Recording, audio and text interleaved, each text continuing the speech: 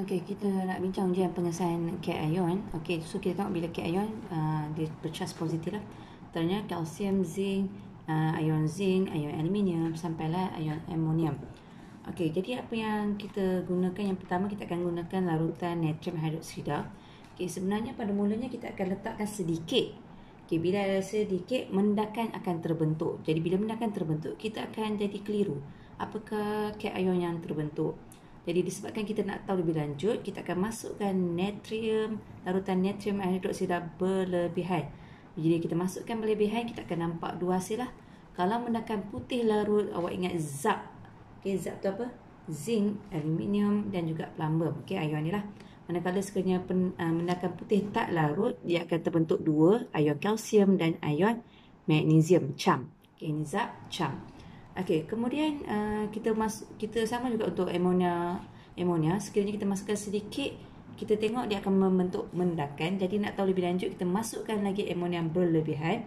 Jadi sekiranya mendakan putih tu larut, sama ada dia ialah kalsium ataupun zinc. So awak ingat charge.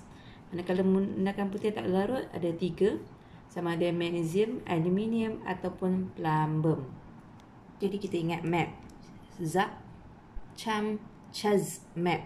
Okay, so kena hafal lah. Okay, kemudian untuk yang mendakan berwarna, so selalunya kita akan jumpa Cu2+, Fe2+, Fe3+. Untuk natrium hydroksida berlebihan, okay, so untuk Cu2+ warna biru, hijau, perak. Semua ni akan membentuk mendakan. Mendakan biru, mendakan hijau, mendakan perak. Okay, so boleh ingat gambar rajah pokok yang kita pernah lukis dalam kelas. Okay, kemudian untuk amonia berlebihan, hanya Cu2+ sahaja akan larut, manakala Fe2+ dengan Fe3+ tidak larut. Okay. Jadi untuk cation ni mudah sebab kita akan contohnya kalau Fe2+, so kita tahu warna Fe2+ ialah hijau. Jadi dia akan menunjukkan mendakan hijau tak larut terbentuk. Jadi kita tahu kalau mendakan hijau mesti Fe2+. Kalau mendakan perak, Fe3+. Okay, tambahan untuk Fe2+ dengan Fe3+, kita boleh juga gunakan lautan kalium isocyanurate 3. So kalau 3, awak ingat dia terbalik, so dia akan jadi 2+. So apa yang terbentuk ialah mendakan biru.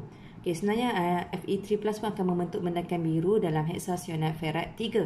Tapi macam mana kita nak bezakan dia? So untuk Fe3+, kita akan masukkan pula atau seterusnya lautan kalium thiocyanate. Jadi apabila masukkan lautan kalium thiocyanate, Fe3+ akan menunjukkan terbentuknya mendakan merah. Okay, next ialah reagen Nessler. Okay, ingat Nessler, ingat Nescafe warna coklat, warna perang. Jadi ini khas untuk cation amonium. So mendakan perang akan terhasil. Okay, tambahan untuk bezakan cation aluminium 3+ dan juga plumbum 2+. Okay, kita akan masukkan larutan kalium iodida. Ini pun agak famous lah untuk kalau soalan objektif. Okay, ataupun kata dua. Okay, aluminium 3+ dia akan menunjukkan tiada perubahan.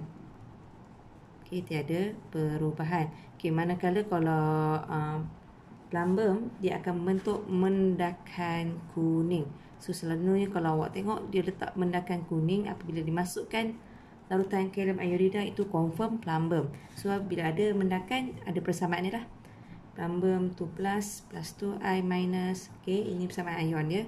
So kita akan dapat plumbum iodida. So inilah yang membentukkan warna kuning. Okay, kita tengok sedikit apakah prosedur sebenarnya dalam makmal ujian pengesahan bagi cation.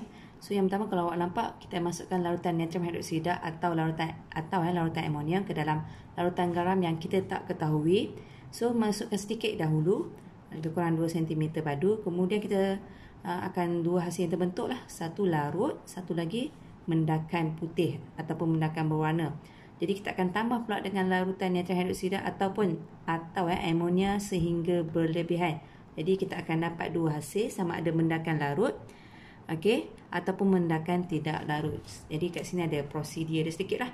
Okey, kalau menggunakan larutan natrium hydroksida, make sure kita ada isi padu dia lebih kurang 2 cm padu. Larutan kalsium nitrat dimasukkan ke dalam tabung uji. Berapa titis larutan natrium hydroksida dimasukkan, okey, beberapa titis, menunjukkan dia sedikit. Lepas tu digoncang dan kita perhatikan mendakan terbentuk dan warnanya. Jika mendakan terbentuk, kalau ada mendakan terbentuk, kita akan masukkan pula natrium hydroksida sehingga tiada perubahan lagi. Okey, iaitu berlebihan lah. Okay, so ini contohlah dia punya prosedur. So harap awak boleh baca dan boleh ingat. Okay, itu sahaja.